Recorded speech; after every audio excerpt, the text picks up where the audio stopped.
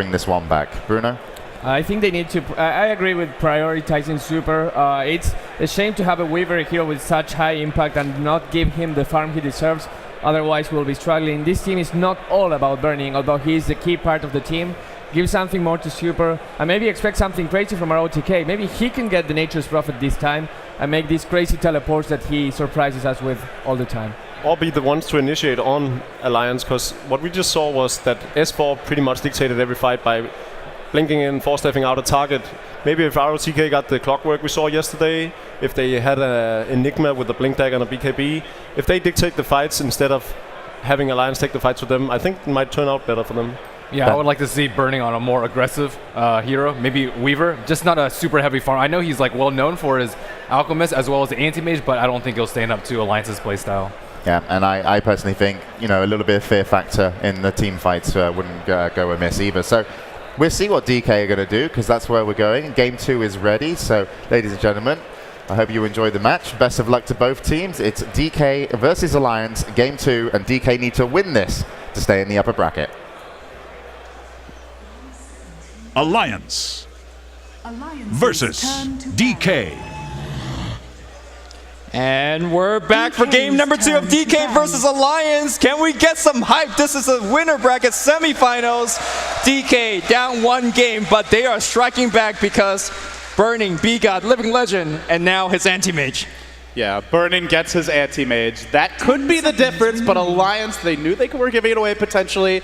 You do see DK, same bans for them. They ban out the Lone Druid, they ban out the Wisp. It's what they did in game 1. Alliance, though, when they don't have first pick, will not give away Batrider. We see that here. There was an OD available as well, something that Super has played in the past mid, but I wouldn't say a signature hero. Instead, what happens with Alliance is you try and ban them out a bit, right? So you remove some of their strongest heroes, the Wisp, the Lone Druid, but they're going to get something. And they get the Prophet here, and we actually see a support that was banned in the second stage last game, picked up now. They'll go for a Naga. I feel like this is a deterrent to an Enigma pick later on.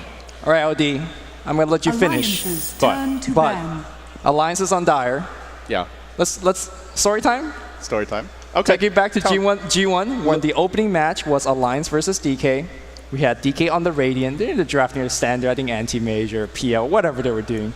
And then Alliance on the Dire. They pick a couple of heroes. There was some Ursa or something like that. 5 seconds. And then 5 teleport squirrels right to the mid bot towers, and they just went for the Roshan. Can we make it happen again? I mean, Alliance, this is the same opponent that they did against. And in fact, after that level on Roshan, they didn't even just roll the game. It was a very, very hard push. They eventually taken out. Alliance wants to kind of maybe knock DK again with the same strat, or? I mean, you beat DK standard, playing your standard game. Why change? Why risk it? Because I think Because they can. Because they can. That's true. But I think you force DK to beat you, and then if you want to cheese, maybe you consider it. Because to me, when you go, the reason that game they had so much trouble was because the kind of lineups they can do level 1 Roche aren't generally as good at breaking high ground. Because you have a hero like Ursa, who, you have to spend a lot of item slots on a BKB, on a Blink Dagger, these types of items. You won't have a Wisp to move him around. And he's not the best hero later on. So I think if you're Alliance, just stick with what's working. You can win in a split push war. You can win in a farm war. We've seen they can take DK late. It is Burning's Anti-Mage, but I think if there's one team in this tournament that should not be afraid of DK's late game, it's probably Alliance, because they're winning most of their games pretty late. Ooh, and looks like Alliance want to challenge the late game of DK. Can they still Roche with this? There is Acid Spray. You definitely can. I mean, minus armor here. Throughout this draft, we're going to say, we're going to keep track. Yeah, we're going to keep track on Roche, because all you really need is like an Ursa. Maybe in the past, they have gone a bait to Roche. I mean, we saw in the group stage where they show Treants walk in and out of the pit, where you're smoked up, and then you go for a huge backstab. A little bit more difficult to do it against a team with blinks. So we'll see what Alliance have up their mind. Yeah, Burning can definitely scout this out better than most. But even the threat of that, if he has to skill Blink at level 1, it still ultimately helps Alliance, because that means Burning doesn't have Mana Burn at level 1. He can't really zone out the Prophet of Bulldog as effectively if he's in the lane. They'll go back for a Nyx, though. Great burst damage, great pick-off potential, and they did get a first-pick Visage this game. Now, let's not forget, Visage has been doing a lot of work. Even in defeat, this hero is like throwing his entire team on his back and flapping those wings and making things happen around the map. Yeah, whoever that's playing the Visage, whether QQQ or MMY, it's going to be earning some fantasy points, because those solo assumptions are going to be flying fast and hard. I really like the support draft of Team DK. Last game, they weren't really doing too well, because they were forced into a defensive position. I think Shadow Demon and Jakiro both very defensive support, and then on this game, when they have the initiative to draft early, they're going with a support that could do a ton of damage, a ton of burst damage at that, to pick off heroes like Naga Siren and Alchemist. Yeah, their pick-off potential is way stronger this game, and also Alliance, their split push isn't as scary. Like, you have Alku could definitely split push, Prophet can as well, but they don't have an anti-mage Prophet. That's much stronger. There's no Keeper of the Light, so I think in terms of keeping the creep waves pushed out, DK will be in much better shape. Plus, they're the team that has the scariest ganker, at least for the early stages, which is the Nyx Assassin. So Alliance will be deterred somewhat from that aggression, but they get so many signatures. They get the Bulldog Prophet, they get Alchemist, one of the many carries that Loda can play. He's pretty versatile. And now the Chen. So the one question that remains is, what is S4 going to play? There is a Puck in the pool. I feel like that's the obvious choice here, but what do you think? Yeah, with the OD ban now, I think Puck is definitely one of his definitely go-to heroes. Sets you up for team fights. Between Naga Siren and Puck Ultimates, you have a lot of control, a lot of crowd control dealing with things like Visage and Nyx Assassin. We have seen him in the past play Timbersaw, which I'm not sure how he actually matches up against Anti-Mage, for example, but he definitely can shred these two supports quite easily. They may be good at nuking people down, but they're not too good at running away. Yeah, the one issue with running to Timbersaw is he doesn't actually give you any lockdown versus Anti-Mage. You have the Chakram slow, but that doesn't really count. So ultimately, it's massive pure damage, but then they really count on these supports, like the Naga Siren to get some farm, the Prophet for Bulldog to get a Sight Device, and it means no pressure on Bernie until later on. So I still think Puck's the choice, but we'll see what DK bans, and now they work on their fourth pick, and they'll go for a Darkseer. RTK, I have to say, I was kind of underwhelmed by his performance last game, and I don't think it was that he played poorly, it was that Alliance had great heroes to punish him. Anti-Mage versus Darkseer with an Abyssal Blade, very, very hard to deal with. So is a Bat Rider with Lasso. I look at Alliance right now, and I don't feel like they have quite the same level of lockdown to really just pick them off. So we could see more from RTK this game. Well, I mean, a lot of it's going to come from item as well. We looked at Alliance draft last time. It's like, oh, you only have Flaming Lasso and maybe a Shackle Shot, which is not really reliable. But yeah, they pick up Orchid, they pick up Scythe of Ice, and then like there's 25 Force Staffs, I think. And suddenly it gets really hard. So I think Alliance is a team that could get farmed very quickly. We saw the early game jungle stacking, we saw the ancient stacking, and I think it's going to be the standard fare. Of course, let's not forget about Alchemist Basher in the late game as well. That's an important lock-on item. Yeah, we have seen with Alchemist, though, that you've got to send so many inventory slots on items that don't help you lock down the Anti-Mage. Like, you get your Shadow Blade, that doesn't really help you too much. You have whatever your boots are. Anti-Mage can get the Butterfly, the Heart, the Manta, the BKB, and then the Abyssal Blade, or replace one of those and have boots. And ultimately, I think Burning could take this late. It really is going to come down to just the early movements of both teams. You have a Chen up now for Alliance, and we'll see a ban coming out from Alliance. It's going to be a Mag, so Alliance, they want to secure the late game a bit. They'll remove probably the strongest solo mid that could take it late. It's not out of the question it could be a solo mid Nyx, but I lean towards a DK going for something else here for Super. Yeah, I think the Mag's a pretty decent ban. Right now, DK's okay in teamfight with the Darkseer Vacuum Wall, but taking out Empower as well as RP away from DK is pretty big. We've seen in the past Empower plus Anti-Mage farm really powerful. Smart ban. I like this. DK did their homework. Gonna ban out one of SF4's best Pharaoh, Puck. So what's he going to play now? S4, normally his hero is picked up by this stage of the draft. And, I mean, I don't know. We've seen some Storm from him. Not really the best Storm game against Anti-Mage as well as Nyx. What are you thinking, Lumi? Well, there you go. Something tanky. Dragonite in the front line. Dragonite's nice against Anti-Mage because he has a low mana pool. So even if you lose all your Mana Void's not going to hurt you too much. You have high armor, so the physical damage isn't as big of a deal. He can push early. He doesn't need a whole lot of farm to get involved. And if you get a few towers, that means Loda's Midas, Bulldog's Midas are going to be coming out faster. And then all of a sudden, let the farm begin. Alliance, although there's an Anti-Mage on DK's side, they're not that good at farming outside of the Anti-Mage, whereas Alliance have, I'd say, 5 heroes that are all quite good farmers. Is this where you go Timbersaw? Because for DK, because it actually matches up quite well against DK on the mid lane. Dragonite in the mid lane. I think it might be a nice choice. There's some high armor heroes on Alliance, and having pure damage that is magic based and doesn't care about your armor value is a great way to bypass that. Good early game defense Chakram. We've seen a lot of time throughout this tournament. They're going to go with the Beastmaster instead. So this is as one core as it possibly get. This is for Protect 1. This is for Protect 1. DK lived by it. They died by it. They tried some different styles coming into this match, but here we are, and they're turning back to the old staple. It's going to be a super Beastmaster mid. And so for DK now, Do they try and go aggressive tri-lane with this? I mean, is there any way they could do that with ROTK? Or are we just going to see them give away free farm to Loda, allow Ake's Chen to do whatever he wants, and just hope that Burning can get too fat to fail? I think DK traditionally they're going to go with, as we have Hala. Thank you for putting that Prophet Pulsar up. Traditionally in the past, and Burning has played the style for what? 25 years? Longer than we've been alive. 100 years. He's been playing 4 Protect 1 for forever. And the way that they love to do is, ROTK, you're on your own up top. You're doing your own thing, and we're going to put Burning defensive tri-lane and get him farmed. So let's see if we're going to be doing that. Yeah, don't forget that DK actually beat Fnatic decisively with an early triple kill on Burning in the tri-lane.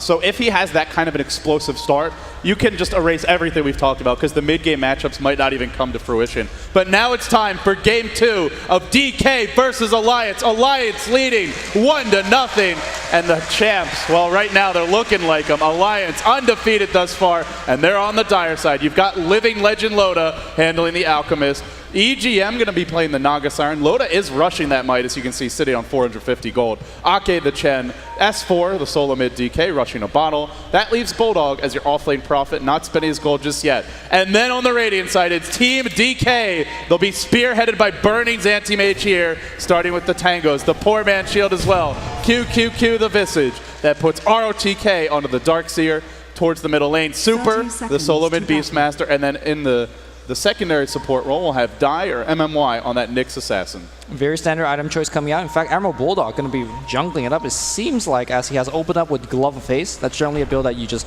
sit in the jungle, AFK for a bit, and then rush for Hand of Midas. But I think what I've taken away from the draft is the fact that Burning says, hey man, Loda, you beat me with AM, I'm going to pick AM. And Loda says, I got you with the Alchemist. Let's swap, and let's see who's going to take the game. I mean, what we also saw is that Loda just has more backup. At least he did in Game 1. So what we're going to see from Bulldog here is he's going bottom lane. He'll spawn at least one more set of Trance, and what he wants to do is just stop these supports from getting their stacks. So he'll try and block the pulls. You can see Burning doing a nice job of body blocking, but with no Quelling Blade, he should get one Treant into the lane. No, actually, he's just going to mess up the pull, it looks like. He'll spawn another set soon, if he'd like, and in fact, he's sending one in. And this is why he goes to the lane first. He'll slow down the jungle. Oh, the block. You just want to delay the Nyx Assassin and the Visage, maybe 1 or 2 creep camps. Then he'll probably go jungle, and he will rush for the Midas. So both teams, very defensive start. Who do you favor here? I mean, after that block went successfully, I got to go with DK, at least in the first couple of minutes, because that's how Emerald Bulldog generally wins the lane. You get a couple of simultaneous treants pulling. He is going to block camp, very good micro here. But he generally gets a quick level 2 or even level 3 because of those pullings. DK supports just on top of it, using their spells, using impels. A lot of supports are like, oh, let's save my spell. Let's go for that first blood. It's not enough, though. In fact, he's going to magic bush them. He's going to block, well, this camp already spawned, so it doesn't really matter. But he still blocks this camp again. And they're running a Nyx and a Visage. These supports need levels. They need level 6, and already it's dramatically delayed. Now Bulldog goes into the jungle. This is just Alliance really understanding how to use Nature's Prophet, slow down the enemy supports. DK heavily rely on level 6 on theirs. Alliance will find their level 6 uncontested. So I got to say off the bat, Alliance to me, because of that, have a bit of an edge. Yeah, let's see if they were actually aware of that Prophet has left the lane and see if they could get a little bit of early game tower damage. Although QQ being a little bit spotted out by, again, Treants. How does Bulldog always have lone Treants just running around the map? Yeah, and still he's jungling. Now you can see he's just farming the small camp. His supports are grouped up top. Ake as well as Loda and EGM maybe looking to force this tier 1 early. RTK could TP in, but if he, well, not now. I mean, if he wants to defend this tower, though, it's a tri-lane that can easily kill a Darkseer. Naga as well as Alk and a Troll Trap. This is pretty much indefensible to DK. Yeah, it looks like this is a little bit of nostalgic back to TI2 where we saw a lot more early game tower pushes. Nobody making a rotation just yet. Obviously, though, Nature's Prophet could make the rotation if a push comes to the bot lane because of his teleport. And I think we're going to see a push pretty soon. As early as this is, you know, there's that compendium prediction. It's a sub 2-minute tower. Do you think one will ever happen in TI3? I mean, it's already past 2 minutes. That's how early a sub 2-minute tower is. But the first tower uncontested will go to the Alliance. And look at Loda. And this is so big for them because they're going to run a double Midas strat. Already one Midas is up, and now Bulldog, not far off of his. They could have 2 Midases by like 4 to 5 minutes. Loda's going to have like a 3-minute Hand of Midas. Like, can you just wrap your mind around that? Standard timing for players like Black, it's like 4 minutes and 30 seconds. But Loda with the tower lasted, not missing a single creep kill, it seems like. is going to have a 3-minute jinxed him, Hanamitis. Lumi. The jinx is strong here. You'll miss one, but there you go. He'll have his Hanamitis, like you said, around the 3-minute mark. If you're burning, you're getting free farm, but this is the difference between how Alliance and DK have managed to play the Alk. Alliance are ensuring that their Alk will be incredibly far ahead for minute 1, whereas when DK were playing the Alk, Burning actually was just keeping up. He was never dramatically outpacing that anti-mage until it was too late. That's really the difference in terms of playstyle. DK relied on Burning actually doing the damage in terms of spell and as well as ganking. Meanwhile, on your Alliance, everybody's farm, so everybody could participate in those ganks, everybody could participate in base defenses, whereas it seems like Burning had to do everything by himself. Well, yeah, and it also just goes back to the fact that he kept on getting picked off. Right. 2 deaths on an Alk early game is, I mean, it's only 2, but it's a lot because it means you have your Battle Fear up, you're not stacking camps, you're not farming camps, you're not getting Greevil's greed stacks, and it's just a very, the farm accelerates dramatically. Now a smoke from Ake. Alliance, they've secured their double Midas. One already up, it's already been used. The other coming pretty soon. And now they want to secure a good start in the mid lane, but QQQ is there, and he will block the smoke gang. Nice early movement from him, super safe. And that means a quick level 6. Yeah, back in mid lane here, we haven't looked at it too much, but Super leading in terms of CS. S4 generally known as one of the best solo mid in all of Europe. And I thought he was going to beat a lot of the Chinese solo mid, but Super's got the best of him, it seems like. I mean, S4, he's a fantastic mid player, and it's not that he's bad in the laning stage, but he excels in the mid game, man. Yeah, his movement is his strongest suit, and it suits Alliance perfectly because he's always finding the pickoffs, creating space for Loda and Bulldog. Their 3-position player is, to me, really their secondary carry. S4 to me is really the 3 role, even though he goes mid. He's always setting up the kills, creating space for Loda and Bulldog, and trading in this mid lane, to me, is going to favor Alliance there as well, because I'd rather have farm on the Dragon Knight than a Beastmaster. It all comes down to that movement, though. Can Super set something up early?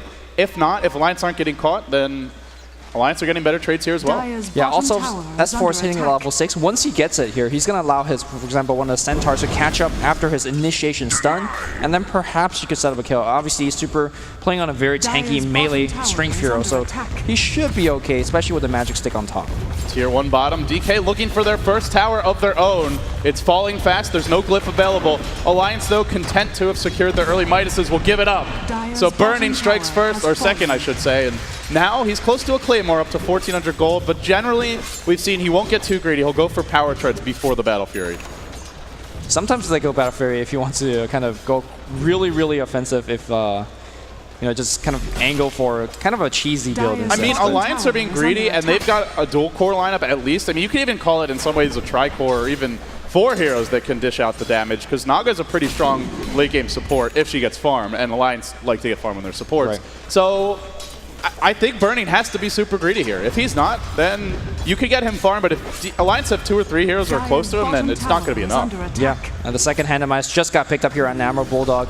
A naked Hanamitis even, but 6-minute Hanamitis here on Nature's Prophet. You don't get that kind of timing without having some spectacular micros and spectacular lasting when he's in the lanes. This is another reason why picking Chen is so strong, because Ake can go to the jungle. He's not a support who needs to use the pulls, whereas the Visage and the Nyx are. So because he's not using the pulls, it allows Bulldog to use them. He saves a little bit of mana. If you've ever jungled Prophet, you'll know that you often have to TP back home, heal up, get some more mana so you can summon more trance. When he's using the pulls, he doesn't have to. It gets him a faster Midas. It's just everything fits for them right now. Okay, so we've talked a lot about how efficient Alliance is. My question to you is, what's the game plan for DK? What are they going to do here? Well, the first thing of all is get your support to level 6. You see QQQ right now, level 4. I mean, last time they were level 4, what, 12, 15 minutes in? It's already a lot faster. Yeah, a lot faster. And, oh, Beastmaster are on the mid lane here. They want S4 dead. Do they have the follow-up chain stun here? Iron Shout even on top. Magic Wand not really helping out. Botto through a couple more right clicks. Yes, they will get the first blood.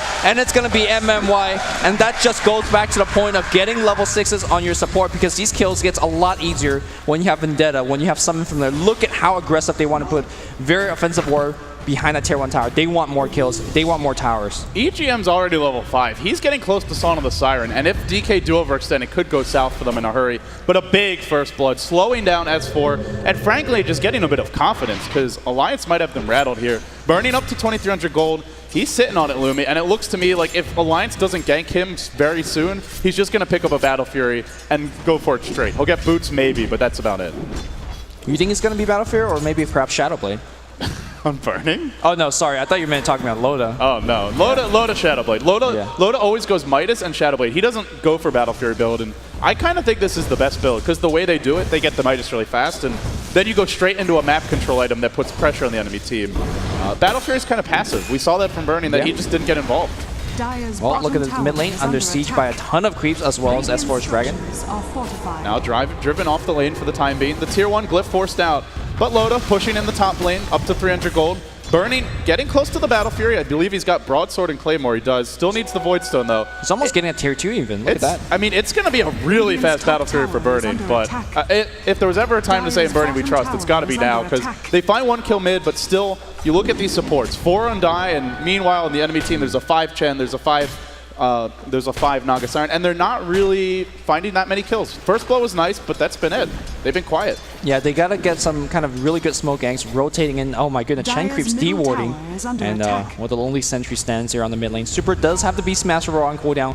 Needs to get a smoke here with MMY and get something going. There's a dire ward here though, and meanwhile Bulldog finds a tower deny. Now S4 hunting Burning, but he can't kill him by himself. He'll need some backup. Meanwhile, middle lane, Ake slowing down the push. S4 just gonna body block the camp. He'll stop a stack here from Burning. Just the small economic damage for him. Yeah, and those small things add up. You talk about pulling on the other side of the map here by Alliance. They will prevent the stacking here on Anti-Mage. This is not being stopped. That's going through freely. And DK, when you run a Beastmaster mid, when it's at its best, it's when you just keep on finding pickoffs. Every time Rose on cooldown, you go for a smoke or you just go for a TP gank and you set up kills, but there's nowhere to go. Yeah, I mean, if you look at S4's build, he's respecting the nuking power coming out here from Super and his team. Belf Giant Strength, Bracer, he's sitting at 1100 HP with 6 charge on the Magic Wand, which is going to get ticked up if he gets initiative on. So I don't think Alliance is going to find a kill on S4. Not without level 6 on your Nyx Assassin, not without level 6 on your Visage. His job is not to die this game. As long as he doesn't die and he farms up the most basic items imaginable, the treads, the BKB, maybe a drums along the way if he likes, that's all he's got to do, because there's absolute free farm on Loda, and in fact, he's almost got a Shadow Blade. It's going to be around a 10.5, 11-minute Shadow Blade by the time it's delivered. Burning will match that with around a 10-minute Battle Fury, but this is a lot more aggression available to Alliance, and Burning, despite having a fast Battle Fury, if Loda finds him, he can almost solo kill him. Anti-Mage is pretty squishy at this point to that right-click damage. Oh, we do have DK. These two heroes been smoked out for quite a long time now. Vendetta not being used, but if they're going to run through the mid lane, they're going to run past the Central Ward, and S4 should notice that. Okay. Hard to actually find any kills here for DK. It's almost the time for DK to fight, right? Because they have the mech on RTK. Well, he's not level 6 is the problem. QQQ is level 6, you've got Roar. I feel like they need to prioritize getting Die level 6 a little bit more. MMY still grouped up with his team mid. They just haven't done anything. There's 3 heroes sitting mid. They're not pushing the tower. They're not finding kills. And while that's happening, Alliance are farming everywhere. They're still defending the tier 1. Burning is getting farmed during this time. Now the pressure will mount, and DK will cluster up mid. But Alliance looking to reply. They've got a song. They've got a Loda Shadow Blade. Is DK ready for this? They are. Sentry Ward in the lane. In comes Loda, but straight into Dial Go. Gets off the stun. There's no Carapace in time. Now Roar and Loda dropping fast and furiously. He'll fall. There's not your Chen ult, but it's a bit too late. EGM. Well, can he duke it out? RTK will fall. 1 for 1 so far. Another Impale on EGM. Low, but not dead yet. Still has a song. Can't get it off. He's going to die as well. Rare mistakes here from Alliance. Here comes Burning on the backline. Sees ammo. Does he have Oh, Manavoy misses. Oh, he's not going to get the kill. They want S4 instead. The stomp from the Centaur is going to delay S4 on the run. Does have Magic Wand charges. Will pop it. In fact, Flame Brave back, and now Super taking a ton more damage. Body blocking coming out from Centaur. They're going to get the kill. The micro from Aki is just doing it. Burning still back in the fight, but without Mana Void, and he's, man, he did not have boots in that fight. He would have got so many kills. He rushed to Battle Fury naked, but he had to farm the boots first. And where's that out? Loda does run in directly to Central Ward and die. I mean, that's the perfect way for DK to start the fight. Loda gets picked off. He's not getting experience. He's not getting gold. He dies immediately. It was a 3 for 3 there in the end, but they forced Burning to TP. He doesn't really collect anything for his trouble. And he's not farming or putting pressure on the lane, so I'd say fairly even there. Loda dying, though, is a pretty big deal. He's got a Shadow Blade up, but the thing is Loda can die and catch up a lot faster because his team stacked for him. Alchemist has Grievel's Greed and the Midas, and look what they're doing now. They're farming the Ancients, they're giving the jungle to Loda, and the tier 1 stands mid for Alliance, so DK just... Is it enough? I feel like they're not... They traded there, and it's nice to find some kills, but to me they need to come out on top and take some towers. They do, however, soon have level 6 on Die, and that might change things. I feel like that's actually okay team fight for DK. Anytime that you take an even team fight and your anti-mage doesn't die and gets a little bit of EXP and go, you're happy, because if Burning doesn't join that team fight, he's pushing Raxus. If he does join that team fight, well, ideally you get a Mana Void kill, but he missed that on the last he was engagement. really close. Yeah. I mean, he almost had a double kill with that Mana Void, instead got nothing. It's just the lines, like that's the difference with having one extra level, maybe one extra set of stats. Even an additional item. Without that, they probably die. But you look at Ake, level 7 Chen. EGM was pretty highly leveled, had an urn. Oh, I don't know if he had the urn, but he definitely had the magic wand by then. Those small items and the incremental advantages kept them alive. Without them, they would have died. Well, I think it's all eyes on Burning now. He's very close to that Battle Fury Treads and Quelling Blade Tricore, if you call it that. And once you get that one, look towards him blinking and slamming in every jungle camp and going to work, because his farm will try the best to match up against an Alchemist with Midas and Greevil Screed. And a Prophet. Again, it's not just the Alch this game. That's how Alliance play. It's always Bulldog finding a lot of farm on a carry. And we'll have to see, can he do it? DK, they've got the 5-man lineup that wants to be forcing fights right now. Burning on the bot lane here, gets stunned up. Minus armor, right click, not gonna get the kill. And Blinks back out. Are they done? Wrath of Nature comes. Oh my god. Just missed bouncing to him there. Could have been the difference. And this is why he goes for the Burning build, right? This is why you take those points. Mid lane here, S4 trying to get sent back. The Song and the sent back. S4 back home safely. Gonna live. The Song is down now. Does DK try to force this? They did drop a wall. They've got a Dragon Knight Illusion. They'll look to clear out the camps, or rather the catapult, and do they push? Oh, they're not going to. Now a net and RTK. Loda joining the fight. RTK caught. Netted up, but nice and pale. Catches Ake in the river. He's going to go down for RTK. Now Bulldog comes in, looking for another trade. Soul Substance there. Not enough yet, but Bulldog low. Where's those last hits? Uphill miss. Too much. Bulldog's going to live. Now Alliance defending. Bulldog's running in. What's he doing? Bulldog. Aggressive play, gets punished. I think he missed control there. I think he wanted to move the Treants in. Yeah, I think so too. That like never happens to Alliance. When's the last time they've made a mistake like that? I'm not too sure, but teamfight perhaps still going on. S4 does not have too much mana on stun, although does have 10 charges on the Magic Stick. Loda out of mana as well. By the way, Anti-Mage says, I come in, get a kill, and now I keep rolling. I keep getting more creep kills, and soon he's going to join the bot lane and get even more pressure. Again, even team fights favor an Anti-Mage. Keep in mind that Loda joined a team fight. He wasn't farming. He didn't get any kills, and now what an early Ag Scepter up on Beastmaster. Yeah, we've seen this early Ag Scepter build a lot, and the one thing it is weak against is a team that can just protect that hero while he's roared, because you buff up your roar, but if your roar is not good enough to find kills, doesn't matter. Alliance don't have a Shadow Demon. They do, however, have the mech. They've got some good counter-ganking prowess. It's a nice item, but you got to find kills with it. So far, DK 6-5. They've done a decent job, but I feel like an even game is an Alliance game, the way their games have been going. DK, they need to strike soon while the iron's hot, find that critical advantage, and they're going for it now. Super up to the high ground. Hawks there scouting out EGM. They're going to force the fight mid a bit, but Alliance are a strong defensive lineup. Do they look to contest this? Glyph is up. They're starting to wrap around, but Dai is scouting things out. There's no Sentry Ward in the lane. We've often seen that. In comes Loda, dropping the Acid Spray, prepping, and just delaying here. Now a Carapace. Could have been an opening, but S4 will dodge away from that. Will Burning get the last hit? Yes, he will.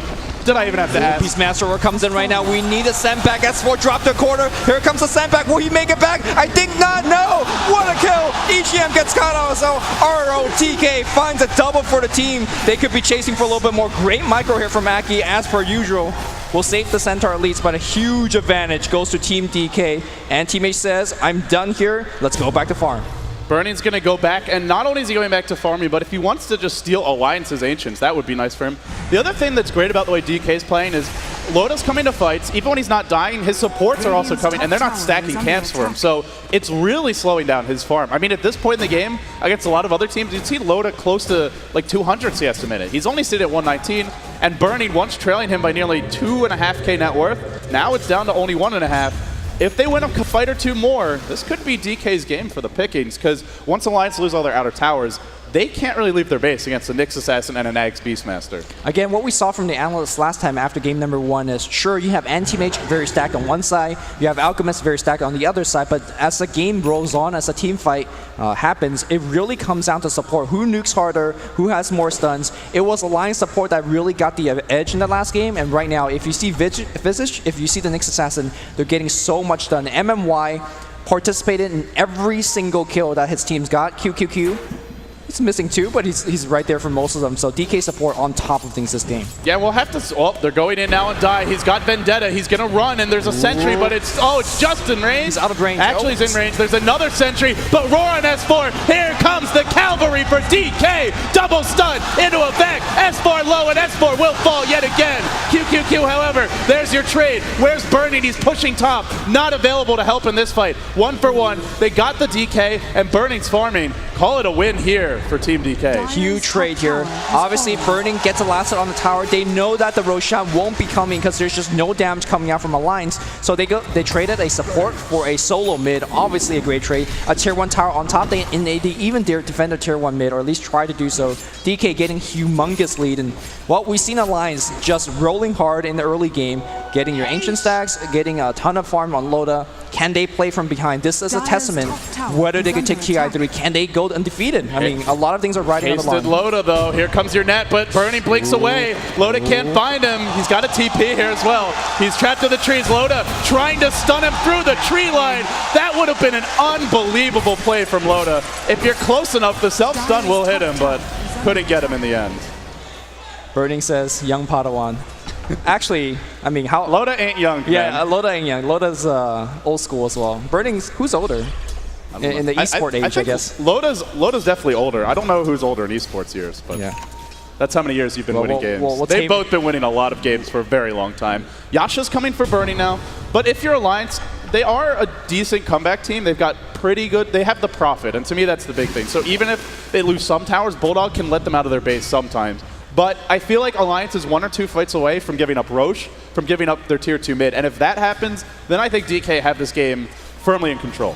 Yeah, one thing that DK has to be very careful about is taking Roche without BKB and Burning, because you don't know when EGM's going to roll around with a Song of Siren and suddenly you lose the Aegis goes to Loda, and the teamfight could go the other way. I'd like them to just slow down a little bit, make sure that they get the map advantage, make sure they knock down the last couple of tier 2s. Here comes your smoke, they're looking for Bulldog, there's your Roar! They've caught him again, another kill. Burning's there as well, and DK, is this Roche? I'm not sure, it is a Prophet and he can always buy back. Yeah. Not this time though. And there's a rare scene at Bandit Royale Hall. They are cheering for Burning. They're cheering for DK.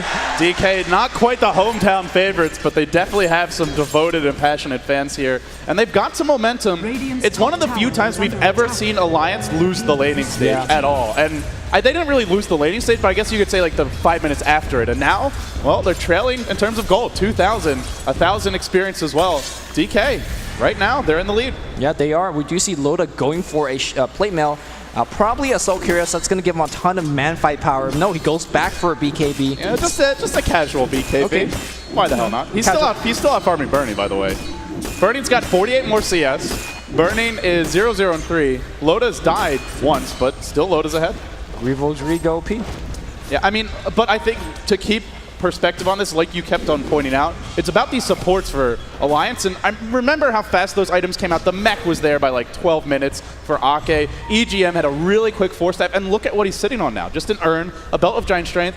It's the pressure that DK is putting with their... This is 4 Protect 1 at its finest. 4 heroes forcing the enemy to react, so they're not stacking camps, they're not farming, and all the while Burning is the more mobile and the harder to kill carry is going to get more in this situation, and that's what Burning's anti-mage is. And now Burning not only farming, he's applying so much pressure by farming. He's pushing up top. It's hard for anybody to rotate and defend. Alliance, they're getting no trades. They're going to try to get Roshan. The damage is not there, though. They do have BKB. That's really not a true damage. It might be there. They've got acid spray. It's dropped by Loda now. But here comes the entire DK line. Oh, this is going to be tough. RTK's got a blink and a vacuum. The tier 2 falls top, and Alliance really gambling on this. If they lose this fight, this could cost them a lot. Alliance, though, standing strong. Roche dropping fast. Here come your familiars. Stun number 1 to fly. Now 2. It didn't clip Loda. Die waiting. Where's that initiation? Burning's getting your racks up top. I mean, if you take long, he's working on tier 3. Aegis gets, and everybody TP back. Good gamble by Alliance. They know they have Song. They know even if the blink wall comes in, they could just reset and run the hell out.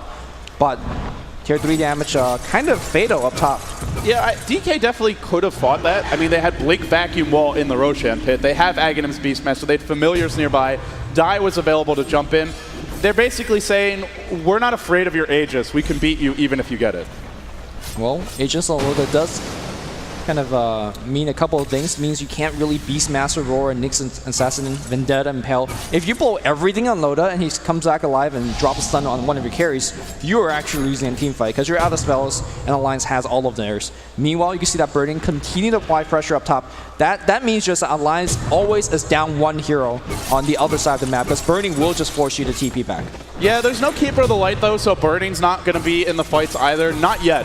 He'll wait for at least one more item, maybe two, and they're probably going to wait out this Aegis to me. I think DK, they don't want to fight now, so they're fine that Alliance has the Aegis, and if Alliance tries to force fights, Burning will just split push. So unless he gets caught, they'll be in good shape.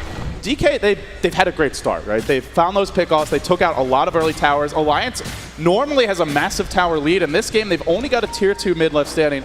But what's the next step for DK? Is it just the clock ticking on the anti-mage, or is there something else they should be doing?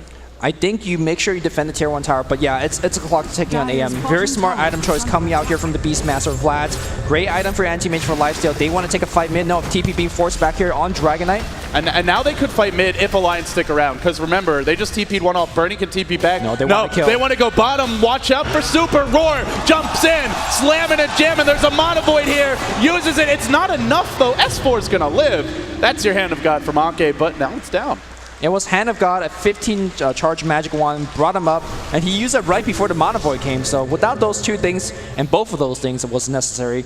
DK Burning was going to get a kill, and if you get a kill on S4 there, perhaps Rax was going to go down. Yeah, what definitely happens is you force them to TP back bottom, and everyone just barrels down mid and does a lot of damage to the tier 2 mid. And that matters for the next Roche. There's no Glyph on Alliance. That's a big win for, well, it's still a decent position for DK, I feel, because Roar's got a 40-second cooldown. You just do that whenever you want. And of course, Hand of God is definitely a very long cooldown. The only thing they have lost on that was AM's mana, which is, dropping precariously low.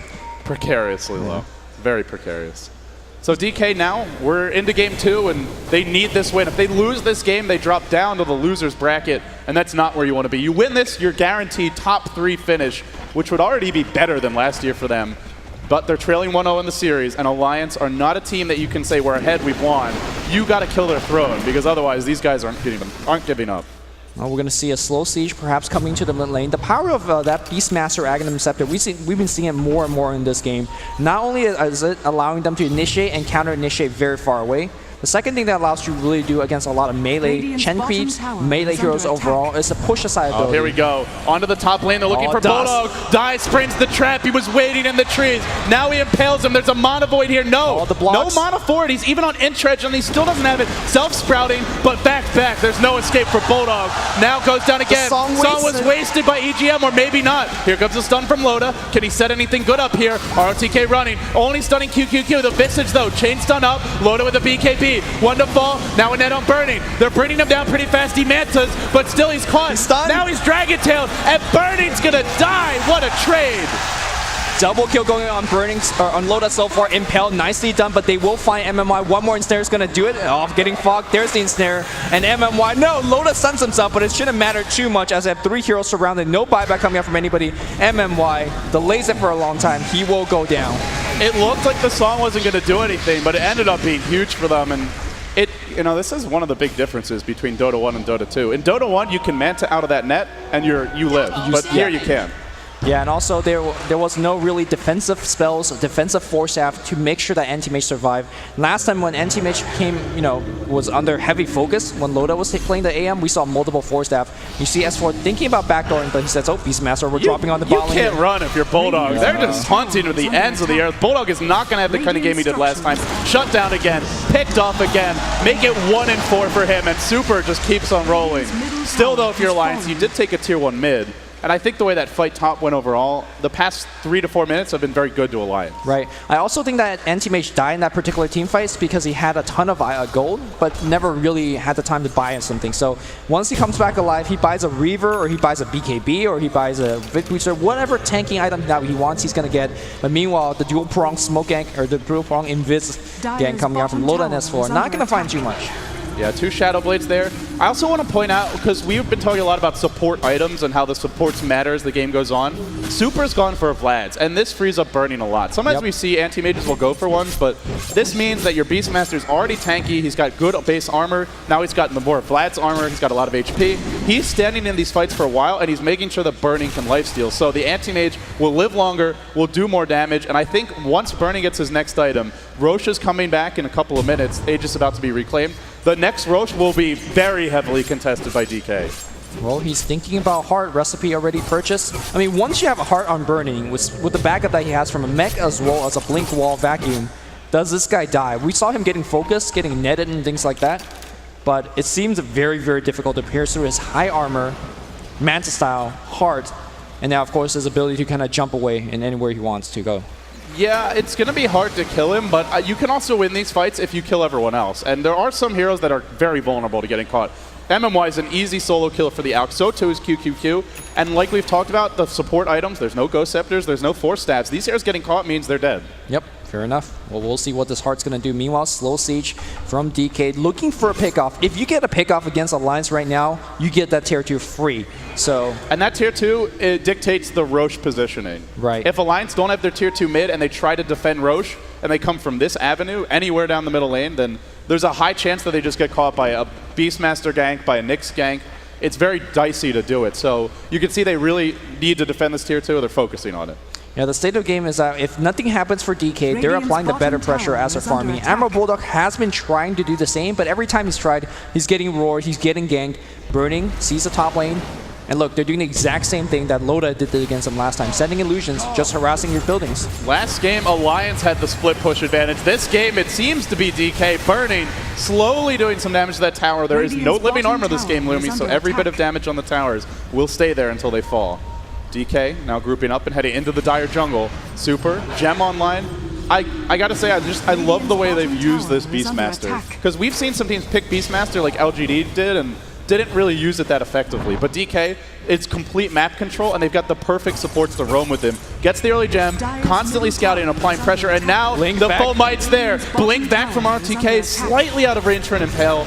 Almost, though. If they get that pickoff, they might force a buyback, at least. With back on cooldown, they could actually make a defense. There's a Solemn Siren to initiate Burning, getting low caught out. He does not have BKB burst, trying to get some stuns. He does get one off Burning, gets sprouted. He should be absolutely fine. The team fight goes the other way here. Loda, 1v4. He's going to work right now, but he's surrounded by illusions. He's still not going down. Where's Burning? Burning getting bashed. Burning goes down. Admiral Bulldog with the double kill. They see ROTK. He blinks away. MMY, can he use Vendetta? No. Admiral finds yet another one. TPL attempt. The stun, the mini stun. Loda finds the haste as well. They will get him, and they will keep on moving. MMY survivor in this particular team fight, but that was a huge victory for Loda and Alliance. This chain stun from Alliance is unbelievable. It's immaculate. I mean, every single stun is necessary to get the kills. They're chaining them perfectly. They're not overlapping them. If they do that, Burning probably lives there. They actually didn't even have a Basher. That was just perfect chain stun. Now the Basher comes out for Loda. And the other thing is, that fight was different because Super's always been starting the fights for DK this game. But that fight, it's the Psalm that starts it, and every time Psalm starts the fights, Alliance have follow-up. We've talked about Naga as a support. Sometimes she feels weak if Song isn't really used to maximum effect, but it's to maximum effect this game, and all of a sudden Alliance, straight to the bottom lane, they say, Burning, you better buy back, buddy. He doesn't actually have it. They're trying to breach the high ground here. Load in the front lines. Basher's coming. Rosh up soon. If they get this lane of Rax, Rosh will be much harder to contest for Team DK. Will Alliance commit?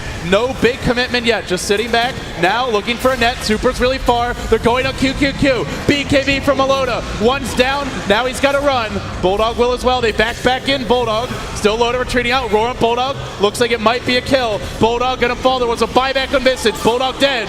Sending home the Alchemist in the end. They do defend their racks though. Burning not able or forced to buy back there. Rosh is coming soon, Lumi. This next Rosh fight, this could decide the game. Yeah, this is a very, very important defense. Alliance did a ton of damage, but I'm not too sure whether that damage is actually worth it. There is buyback available from Admiral Bulldog, and I think it's actually baiting it. A lot of Prophet likes to buy back immediately to basically get map control back with using your ultimate, using your Midas, but I think they want to bait DK into the Roshan pit. They have to buy back ready on Admiral Bulldog. They have Naga Siren Sleep. Watch Alliance as they try to set up a big counter. There's a Song of the Siren already online because EGM's level 13, so they have Song to contest this. There's no BKBs on DK. Look for an Aegis snipe here from Alliance. Already the Song to fly. Roshan comes out of the pit, but the big boy's still pretty tanky. Loda prepping to stun. It could hit 3. It could hit 4. It's gonna hit 3. Oh no! S4 trapped though. Burning strikes first. Everyone in the pit's fine. Now Roar and Loda. Beautiful focus fire. DK are winning this fight. Loda now driven back for the time being. Comes through the wall. 3 to fall. DK overrunning Alliance at the pit, and they might just get Roach.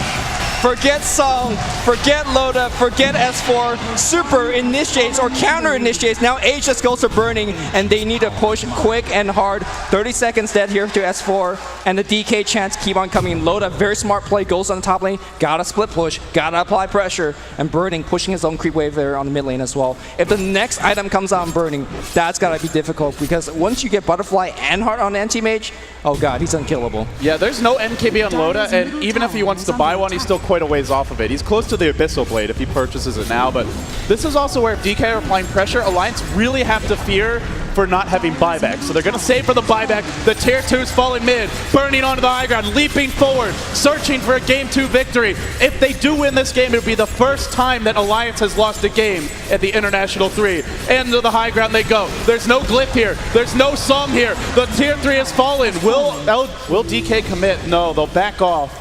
They do take a tier 3, Lumi, but they're not ready to breach that high ground yet. Oh, are they thinking about going back in? Oh. Boarding back up. Where's that smoke? Did they lose their gem earlier? It looks like they might have lost it. RTK did lose his gem in that fight. Yeah, so it's on EGM now. if you smoke up, it's pretty risky because they could have an Observer Ward spotted you. Yeah, warded, immediate dewarded in the mid lane here as EGM does have that gem. One thing to keep in mind that there is a Heaven's Halberd up on EGM, which means that if you drop it on Anti-Mage, you cannot Manta out of that. So I think a BKB perhaps is in order for Burning. He's got 4.2k gold right now. Let's see, he's spending it.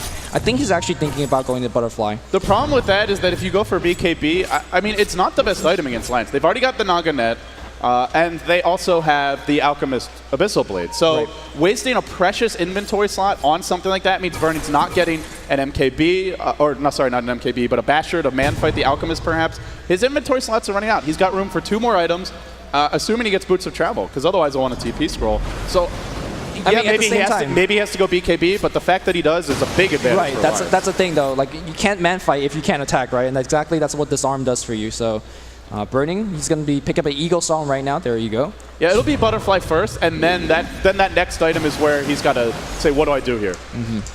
Well, we'll see. Now, the other interesting interaction is that Song of Siren, despite doing a lot for Alliance so far, keep in mind that they will sleep only non-magically immune units. So BKB will allow Burning to attack within it if he wants to go for it.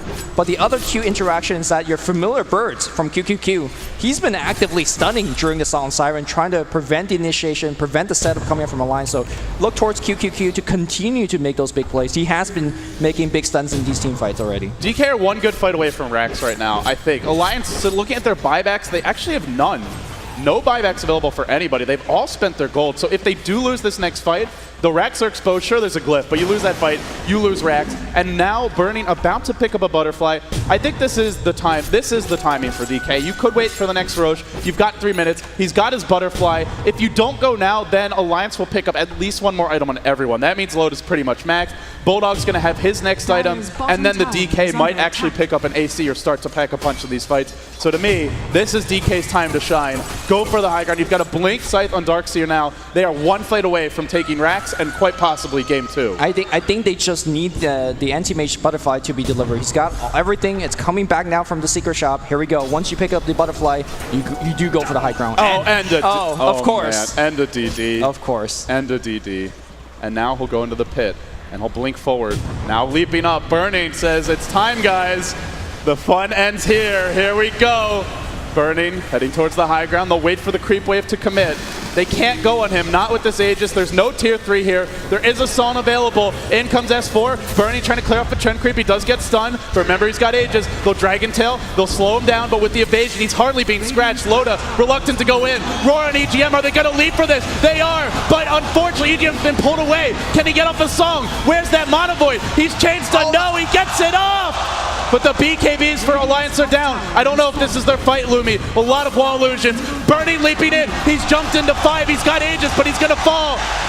Big win for Alliance. Now they need to get the hell out. Burning's coming back. 2 heroes sprouted. Is Alliance actually going to hold this? Unbelievable. Burning getting stunned up right now. He's still dealing with a whole bunch of Chen Ku's force that forward. They gotta say, oh, wow, let's actually go for the Rex. MMY in huge trouble. They are trying to run out. Alliance makes a defense. Another stun goes on Burning. Half HP. The burns are coming in, trying to. Oh, Manta Style comes back out. He will blink away, but that's Aegis used on a huge advantage and not getting a single Rex. Can they make it out alive? That's a question. Or will they turn? Burning? Is he gonna wait on the high ground? Beastmaster Roar. They see ammo. He's coming back. Push for you, and now DK Burning. His HP's back up to full. He thinks he can make some big plays. There's no song now. Burning might just be able to do this. Sure, there's no Aegis, but there's no song either. DK just one fight away. They've got a Blink Scythe. They could jump Loda here if they want. They're trying to bait him a bit farther out, though. Not going yet. Lumi, I mean, I think you got to say overall, that's a huge win for Alliance. Aegis was burned. DK don't end up taking racks. Yeah. The top lane pushes in. They didn't use any buybacks either. Sure, they had some deaths, but they withstood the torrent, the deluge. Now does the tide recede?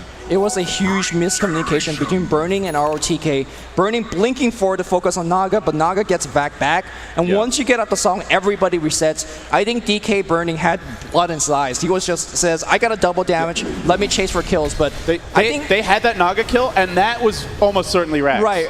If they did, after the song went off, if they just focused on the racks, there was nothing actually stopping them. There was no stuns or anything. So DK making a rare late game mistake. Let's see if it's going to cost them at all. They are still very ahead, but Aegis is down, and the next Roshan is going to be back relatively soon. Burning, applying pressure up top. But that was a big advantage lost by DK. Yeah, DK are, sure, they're one fight away from taking racks, but Alliance are one fight away from suddenly getting a lot of map control back. The tier 2 mid will probably fall off of that. They can get some wards up. DK might lose their gem if they lose a fight, and that means, again, map control to Alliance. Neither team out of the woods yet. It really comes down to, I think, just one more fight. It's so close. 39 minutes in, 17-15. These opponents very evenly matched. S4 trying to get up his next item. You talked about Soul Curious being a big, or any kind of armor, real armor being big. Obviously that we already have AC on Loda, but S4 hasn't been really finding his farm this game. He's been dying quite a bit. 4 death on S4 is unusually high. Yeah, so like you pointed out, there's already an AC on the Alk, which I forgot about. What do you think he goes for instead? Is it a Heaven's Halberd? Heaven's Halberd, yeah. Definitely do. Force out that BKB, force Burning's hand, make him buy a BKB, take up an inventory slot. And I think that's the best he could do for his team. You expect Loda to do all the right clicks, and he's going to be the annoying Frost Dragon, throwing out stuns, throwing out disarms, and of course, slowing everybody down. And if you're on the side of Team DK, what other items should they be going for? You were so close to taking racks. What is your game plan as we head into the next fight? Well, it's going to be a BKB for Burning. That's the game plan. Yeah, now with the BKB on Burning, you can go for the Roshan very safely. Song of Siren is nice, but when you are BKB, you don't care about that Naga song. They want to pick on Loda. He stops to kill off the courier. Nah, I'm not going to be able to get in range for him. So Burning doesn't have room for Aegis. Who do you give it to? That's a good question. I think you gave it to Super. Yeah, I'm leaning towards Super as well, because Roar has a 40-second cooldown, 45. Yep. If you get off 2 in the team fight, that could just change. That's probably the team fight going your way. His aura is also huge. I mean, he has a Vlad's aura for you. He has an Inner Beast aura. This is attack speed, damage, lifesteal, and armor. Like, that's a ton of stuff that's on a very key hero. So I think he would get the Aegis if they get it. Yeah. So DK now, maybe they wait for the next Roche. 2 minutes in. Until that happens, Burning pushing out the top lane, has 1,600 gold. He will want Boots of Travel buyback, ideally before that next climactic team fight. But beyond that, there's not many places for Anti-Mage to go. Maybe he can sell his Battle Fury, but you want that to push out the lanes. Burning's pretty much maxed. It really comes down to what other items can the other heroes get. Super, sitting on a Vlad's right now, 3.4k gold. I think something like a Blink Dagger or Boots of Travel could be pretty huge here. Yeah, I'm looking at Burning's Anti-Mage slots, and I'm quite concerned because once Anti-Mage hits his peak, he's pretty much done. Like, he's not going to get any stronger. He's by himself. He will not put out as much damage as Loda, S4, as well as Bulldog with similar farm. Here comes the team fight, though. Burning lunging forward. He's going to get stunned to start this fight. BKB from S4. They need the chain stun, but they've isolated Loda, roared him up. Now Burning marching forward. BKB from both. Who's going to win the man fight? It's too many bashes from Loda. Burning's driven back. Loda, though, dropping low. Now sight up. Impale to fly as well. Burning jumping in again. One more over the breach. On to Baki. They'll go. 2 will fall. Loda will buy back. And now Bulldog tries to run away. A song was used for this. That means no Psalm now, Lumi. This might be high ground for DK. This might be Roche. Yeah, well, do you go Roche or do you go high ground? That's the big story. Call. Yeah, I think because of the buybacks for Alliance, Roche is the safer play. Because if you have to back from that, you kind of can. If you go for Roche, the cooldowns reset. You see Admiral Bulldog trying to push in. Darkseid buys back to make sure they get the Roche, but... Surging and heading directly towards the bottom lane. They're trying to apply some pressure onto Bulldog, push that lane out. Burning now up to 4k gold. Roche about to respawn, and he can definitely solo this. Familiars will be there. Alliance, though, I feel like they're not going to let this one go down without a fight. I felt like that was one of those calls that it's hard to say within the heat of the moment, but now after having perfect vision as an observer, maybe they should have gone for high ground. With S4 being dead for such a long time, with BKB, it's still cooling down for Loda since they used it, died, and bought back. I think they could have made a play on that Rax. Here we go, though. Loda trying to go into the pit. The Boar doing some annoying scouting here, and Roche is going to fall. DK are going to claim it. Aegis uncontested. Aegis and Cheese. Burning's max. You have Aegis. You have Cheese. This should be enough. If it's not enough, then you just have to take your hat off to Alliance, because they truly would be unbeatable. Well, we do have buyback as well as Breach of Travel and Burning, so look towards him playing very aggressive. If he thinks he could end the game right now, there's no reason to hold anything back. Tier 3 or Raxus only about There's a glyph. There's a lot of buybacks here. They'll net Burning to start. Loda thinking about going in. Now it's S4. He's got a Dragon Tail. They're kiting Burning. The Rax not dead just yet. Slowly healing up. Now a BKB from Loda. It's been forced out. And he got nothing. He got nothing. Can they fight now? Can they fight? Great QQQ bird drops here, making sure that no Alliance members were able to chase out. I think DK is going to be angling for a fight right now. And if they take one lane of Rax, can Alliance stop them from taking two? There's no BKB. It is cooling down. They'll Dragon Tail Burning. They'll slow him down. That stun only hits one on the Visage. He is pretty low, but Burning is just immune to damage. They'll blink in effect. ROTK delivers, but a beautiful song from EGM, buying him time. BKB Burning. He's isolated during this song. He's dropping fast. Monovoid's there. He's still alive. Burning says, let's right click. I got Vlads. I got everything. S4 buys back. He TPs and pops a BKB, and Burning just right click the Rex. He's found it. He's got it. Keep in mind the tier 3 towers up top low. Are they going to go for buybacks coming out here from Alliance? But they just can't get a kill. Everybody's alive. They see ROTK. He uses the cheese. He's back alive. Burning looking here for more. Here they go. Double familiar stun on S4. Backed in. Dropping in a hurry. Sent home. But EGM, no such luck. His fate is death. Burning seals it with a Monovoid, and DK, one lane of Rax down, pressing for two. This could be the end of the undefeated run of the Alliance. Unstoppable they look, but DK have struck back. They're going to take game 2, it feels. Alliance not dead yet, but close to being so. Burning now, 3 lanes of Rax. He wants the win, and he wants it now. DK Burning trying to get a scintillating victory for DK. Representing China said, we can't beat Alliance. This is the first match. Here comes S4. The sun goes up, but that's the melee Rax. The range Rax soon to follow. That's going to be Mega Creeps. And the question that we are all asking is, can Alliance come back from Mega Creeps? Even gods may bleed. The Alliance unstoppable thus far. 45 minutes in, just got Mega Creep. DK, they kept on beating their head against that wall. And finally, they've broken through. Even ROTK isn't an easy kill.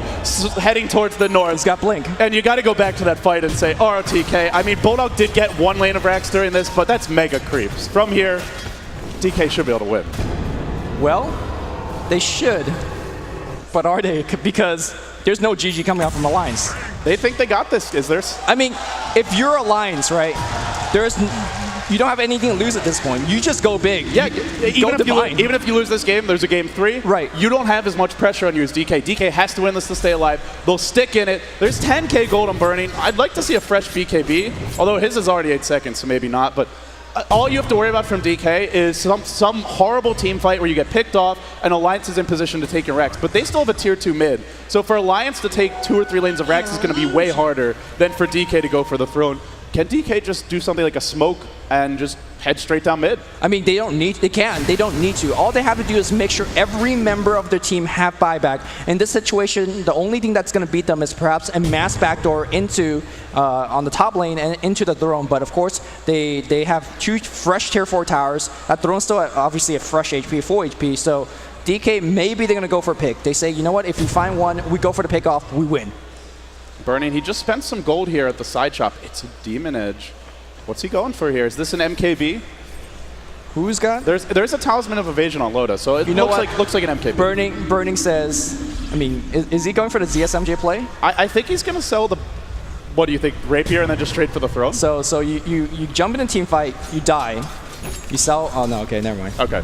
All right, there goes. And you buy back, you pick up your Rapier. Yeah, pick up the Rapier, buy back Boots to travel in. But picking up MKB is not too bad against a Talisman of Evasion on Loda. So the thing for Alliance now is even though they want to split push and backdoor, normally Prophet's great at that. When you're up against Mega Creeps, Bulldog can keep one lane out, but DK should be able to keep all the lanes in general. At best, they get to about the river. So if Bulldog tries to trade, the tier 4s can be focused now since there's the tier 3 down top, but he'll need a lot more backup if they want to win in a base race. So they'll be forced to fight, and they'll be forced to fight against a buyback Anti-Mage, a buyback Beastmaster. In fact, everyone is buyback right now, aside from that Darkseer. The key hero who can't die is RTK. Aurora to start on the Lotus. Song immediately preps EGM with the counter initiation. The birds are keeping him locked down. They're keeping him locked down. Burning now, the Song's expended. Will he go for the Rex? No, he goes for the kills. On to Bulldog. Bulldog to fall. Now Loda. Loda's dead, and it looks like the Swedish Giants may yet fall. They're dropping fast. Burning's out of control. GG! And DK are going to take game 2 and knock down the undefeated Alliance, their first loss of the International 3. DK has done it. Nobody believed that Alliance could be defeated, but DK says, on a day's work. On a day's work. They're not even excited. Oh my God. DK. And they're on their feet here. This might be North America, but there's a lot of DK fans in the house. Outstanding performance from DK. They stay alive, and now, Lumi, it comes down to a deciding game 3. And with that being said, we're going to throw it back to James, Bruno, and the rest of the analysts. Guys, what do you think? So then it's going all the distance with our first match of day 3 between Alliance and DK. And, well, obviously, first of all, let's give props to DK. But also, Mark, I'm going to have to give props to you on this one. We went around and asked how DK are going to be able to come back in the match, how they're going to win. You said they need to start initiating the fights. What did they get? Beastmaster Ags on Super. And he was, for the mid-game, amazing for them. Just saw how many kills they can pick off through the vision of the birds, both from Visits and Beastmaster himself, and with that axe there was no escaping him. Really great execution, but Burning, I mean, wow. I doubted it before the game. As the best carry in the world, possibly. That Anti-Mage just went toe-to-toe with the entire Alliance lineup, and he died in some of the fights, but in other of the fights, he was just standing there fighting 3 people at once, surviving, killing them. That was spectacular. I mean, they had so many stuns and disables for him. They constantly kept him netted. They sheeped him. They had Dragon Tail. They had Alchemist stun. They had such good chain stun with the Centaurs too, but they just could not take him down. He was just way too far, way too tanky, and it just really pays a tribute to how good of a carry player he is. Notice the time on a top lane. He blinked into the trees instead of blinking into Loda's stun, and not that many carry players would do that. No, that was definitely great play by Burning. I'm still a bit shocked with how well this Anti-Mage was. I think it was probably a better Anti-Mage than Loda's last game. Anti-Mage 2-0 in this series against the Alchemist. I think this was the part of Burning where if they actually did kill him, it would have been huge. But look how unable Burning to do doesn't so. die here. He survived so low. They had such good counter initiation, and Alliance had no Force Staffs this game. I'm very surprised. It served them very well in each of the previous series, but EGM instead opting for a Heaven's Halberd. Alchemist got a Heaven's Halberd too. Shen did not have one. I think they could have saved a couple people from the Primal Roar. It's really good versus it. What they did have this time around was 3 Shadow Blades, despite the fact that Darkseer actually picked up a gem very early on. Or I think Visits bought it for him, but they had a gem 16 minutes into the game, and still they completed 3 Shadow Blades. That was a bit odd to me. I think I prefer seeing them when they have like a steady amount of 4-staff heroes on their lineup rather than having both DK and Alchemist and Siren on the same team. Just doesn't seem to work out all that well for them. They can't really juke the enemy around. I'm going to actually ask you, Ben and Jacob, about this game ended in 48 minutes and 19 seconds, so not a fast game. It's not a super 99-minute game, but it's not fast game. And Alliance had 3 cores. They had the Dragon Knight, they had the Alchemist, and the Nature's Prophet. 3 heroes that can scale very well, and by this time 3 of them are farmed, while DK only has 1 carry, which is the Anti-Mage. Of course the other heroes really help, but they are not able to input that amount of right-click damage. So why do you think that only Burning, just by himself, was able to consistently beat the other 3 in team fights, even though he was just 1 versus. It was a problem with the execution of Alliance. It was just Burning being a person that comes from another planet. Well, let's not discredit the rest of DK. He still had a team behind him. Well, Visage as well, right? The Exactly. amount of damage Visage was putting out in the early to mid game, it was sniping off heroes. The tier 1 tower mid, there was a really good fight where they did snipe off some heroes. There was a big mistake as well. Yeah, I don't know if you noticed, Admiral Bulldog was not on top of his game. He actually ran back in, miscontrolled his hero when he escaped a fight. He also wanted to chase a anti-mage who was leaving the base with hearts, and then he found the anti-mage. And that was good for Burning and DK. But yeah, overall, yeah, QQQ's visits was really spot on, especially with the bird micro. I was very impressed with some of the landings they did, especially on DK. S4 did not have an easy time. The birds would just constantly land down upon him, and Burning would just sweep in for the kill. Maybe No Tail was sitting next to them. Maybe No Tail had the micromanagement going on. Yeah. Not entirely sure. But I think this game proves that this tournament is not all about having 3 cores, because that has been the trend of the tournament, basically. Yeah. You divide farm onto several heroes. We saw it the last game. It didn't really work out when there was only 1 hero to get all the farm on. We desperately needed some farm on the Weaver on Super last game. Yep. We saw LGD yesterday. They went all out with just having 1 Alchemist and relying on that, and that did not work out for them either. But this game, does it take a Burning to be able to play 4-1? I mean, they had Super on the Beastmaster. He had a Refresher at the end. He had Scepter, Refresher, Ghost Scepter, and Vlad's. And ROTK and MNY on the Darkseer and the Nyx Assassin, respectively, really turned those team fights around in the mid-game. They had some really, really nasty vacuum into 3-4-man Impales that just was great counter-initiation to the Song of the Siren setup by Alliance. And I think he just had a lot more support from the last game, than the last game. The Burning on the Alchemist, he just didn't have any support. No Forge Staffs, no real good counter-initiate. It was just Burning versus 5. And this game, it was like Burning, and then he had a lot more help from his team and the visits that you talked about. One of the things that I would have